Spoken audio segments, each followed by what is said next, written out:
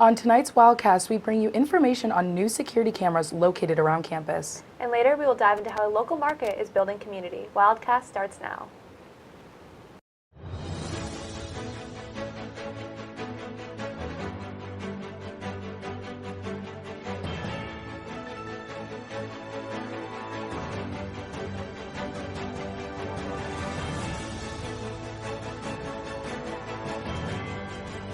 Good evening and welcome to Wildcast. I'm Michaela Johnson. And I'm Sophia Gladio. So Sophia, I hear it's your first time anchoring tonight. How are you feeling? Yes, I'm nervous, but everyone's super supportive, so I think it'll be great. Good. Well, congratulations.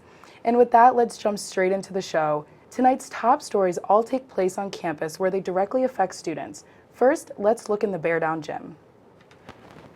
Students and community members gathered in the Bear Down Gymnasium for a celebration of life honoring political activist Charlie Kirk, who passed away early September.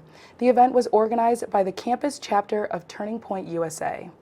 Organizers reported an attendance of approximately 750 people, with a significant number being students. Kirk's last visit to Tucson's campus was in October 2024. He was known for his on-campus events, which involved open dialogue and debate with people who held different viewpoints.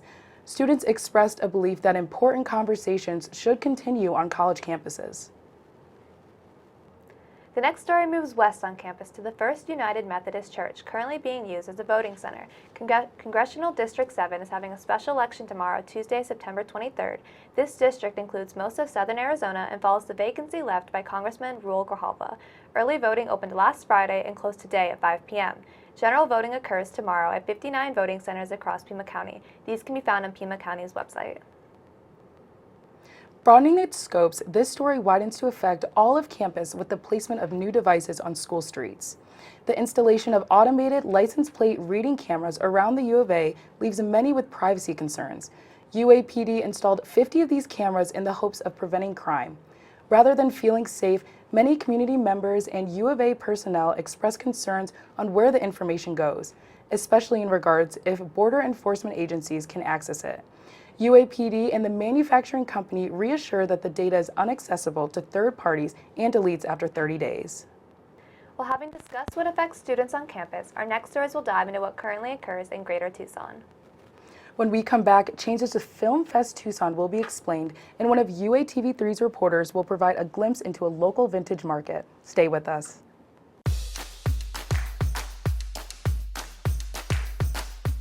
I'm Kate Condon, and you're watching UATV3.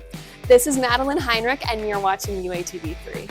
I'm Jaden Zelm. I'm Demetra Alarcon. I'm Carly Siegel. I'm Delaney Penn. I'm Gabby Rosenberg. I'm Rachel. My name's Simone. I'm Isabella Will. I'm Avery Klein. I'm Joey Bernal Alonso. And I'm Pablo Rojas. And you're watching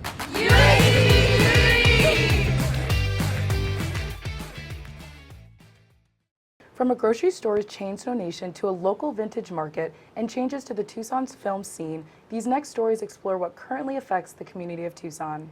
The first is an update on recent donation aimed to give back to Tucsonans. Fry's Food Store has donated $25,000 to organizations in Tucson as part of their Hunger Action Month.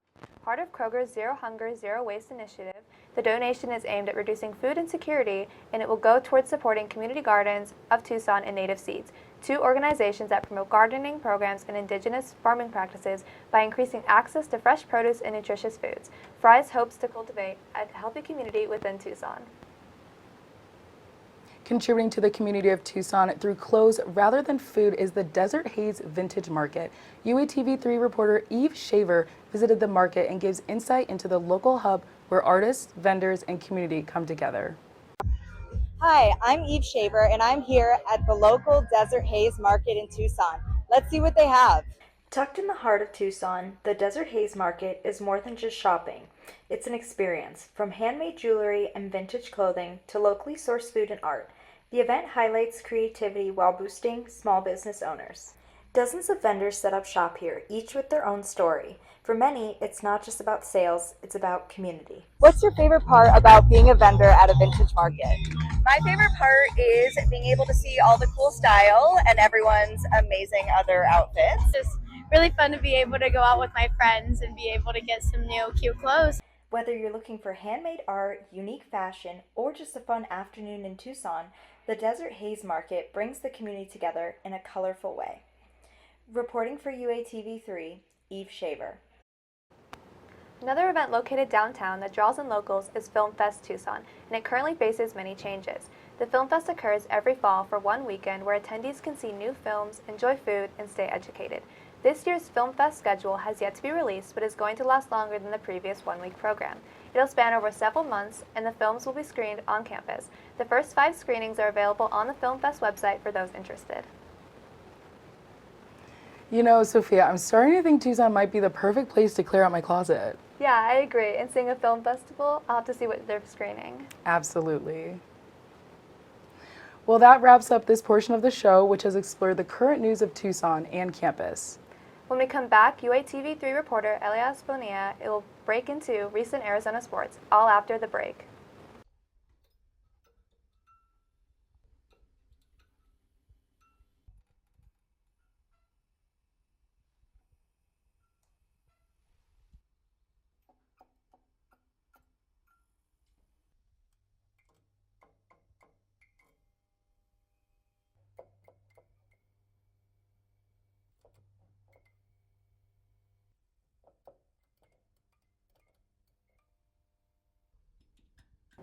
Welcome back to Wildcast. My name is Elias Bonilla. Let's take a look at all the sports played this past week on this episode of Wildcast.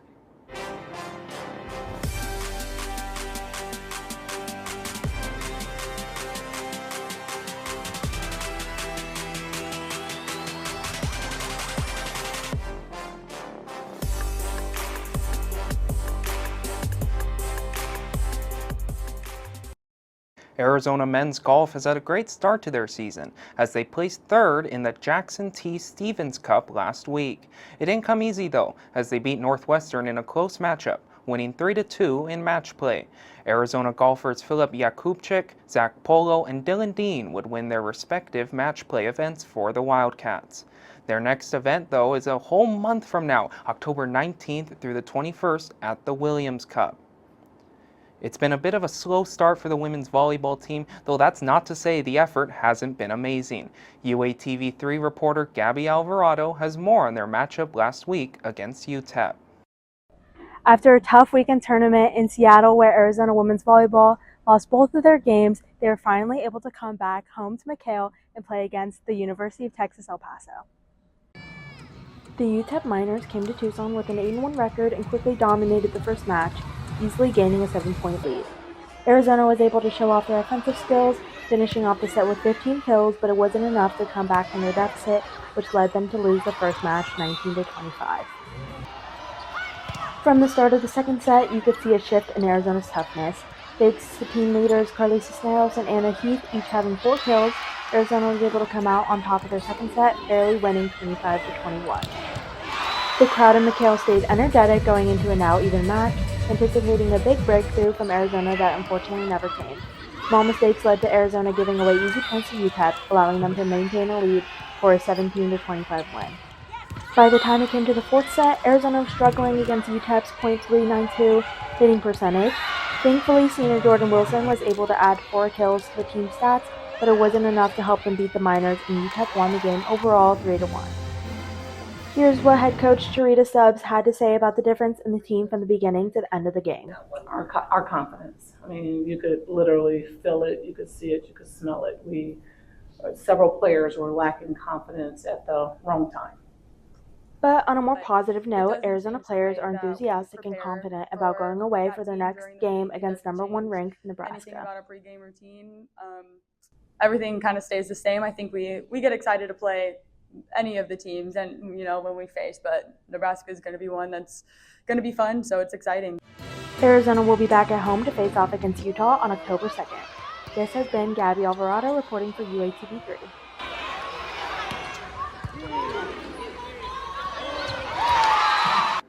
The women's volleyball team's most recent matchup was this past Saturday, where they played number 1 ranked Nebraska.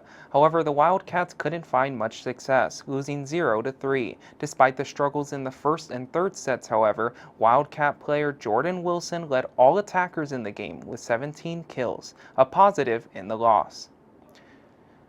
Moving to women's soccer, their conference opener against Iowa State resulted in a close defeat, losing 1-0. The score took place in the 79th minute of the match, and up to that point, Arizona had dominated the field defensively, where they had a 55% of possession rate. Goalkeeper Olivia Ramey had an impressive night, though, with 5 saves. The Wildcats' next matchup is next week in Tucson, as they take on the University of Central Florida. That's all I have for Wildcat Sports right now. Make sure to go watch Wednesday's starting lineup, where we'll have an in-depth look into all sports on campus.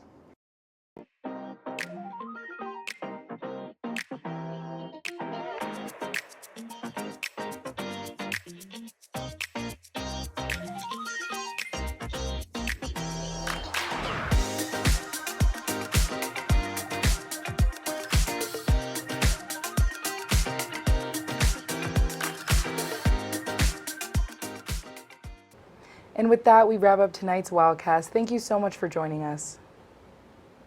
And be sure to like us on Facebook, follow us on Instagram, and subscribe to our YouTube channel to get all of our upcoming shows. Once again, I'm Sophia Gladio. And I'm Michaela Johnson. Tune in Wednesday for the starting lineup, but until then, bear down, Wildcats.